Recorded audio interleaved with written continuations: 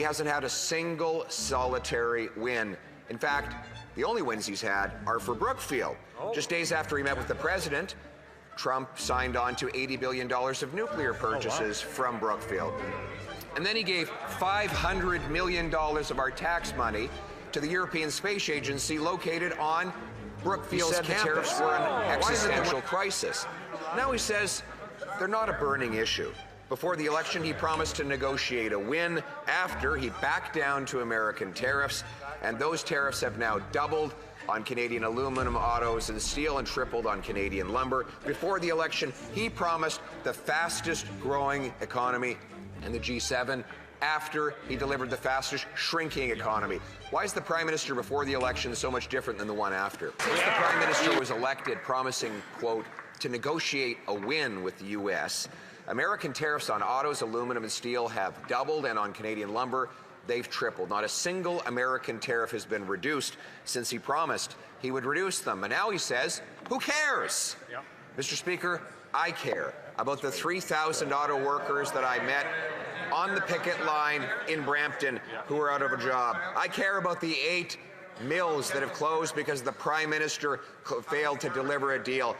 The workers on those lines, they care. Canadians care. Why doesn't the Prime Minister care?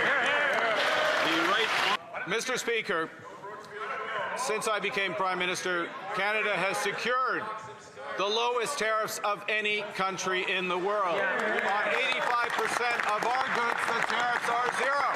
Yes, Mr. Speaker, there are sectors, the auto sector, the steel sector, the lumber sector, the aluminum sector, that are under pressure. We care. We're acting in those sectors. There will be announcements this week to further support. Before the election, he promised elbows up. After, it was who cares? Before the election, he said the tariffs were an existential crisis. Now he says they're not a burning issue. Before the election, he promised to negotiate a win. After, he backed down to American tariffs, and those tariffs have now doubled on Canadian aluminum, autos, and steel, and tripled on Canadian lumber. Before the election, he promised the fastest growing economy in the G7. After, he delivered the fastest shrinking economy. Why is the Prime Minister before the election so much different than the one after? Mr. Speaker, on the night of the election, when I had the great honor from my constituents of being elected as a deputy of this House, unlike some others in the chamber today, I made a promise to Canadians.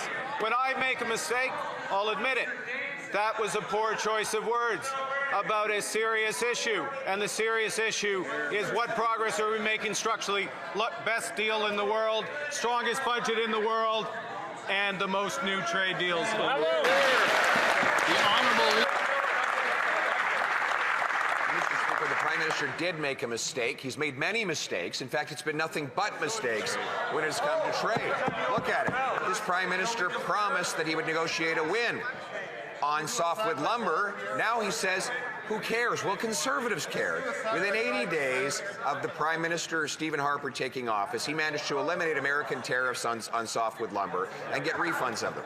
This Prime Minister has now had 8 months, and those tariffs have now more than tripled. Prime Minister asks, who cares? I can tell you, on behalf of all the MPs on this side, we care about the jobs that are being lost in Lumbertown. Why doesn't he? Mr. Speaker, this government cares about creating jobs in this country. That's why we proposed a budget before this House that catalyzes $1 trillion of investment over 5 years. The member opposite and his colleagues, those who could make it into the room, voted against that budget, voted against Canadian workers, voted against Canada's future. We believe in this country, Mr. Speaker, and we are building it. Well, Chinese, American, Indian, and other tariffs have only gone up since the Prime Minister began his 28-trip journey around the world. He hasn't had a single solitary win. In fact, the only wins he's had are for Brookfield. Just days after he met with the president, Trump signed on to $80 billion of nuclear purchases from Brookfield. And then he gave $500 million of our tax money to the European Space Agency located on Brookfield's campus. Why is it that whenever he spends his time and our money, Canadians end up poor and he and Brookfield end up richer? Mr. Speaker, not for the first time, the Leader of the Opposition needs to check his numbers. That's right. The government of Indonesia is reducing tariffs on 95% of Canadian goods. Wow. Canada has the best deal with the United States. 85% of our goods are tariff-free. Wow. The United Arab Emirates is just confirmed that they want to invest $70 billion in this country. Wow. They believe in Canada's future. Why don't the members?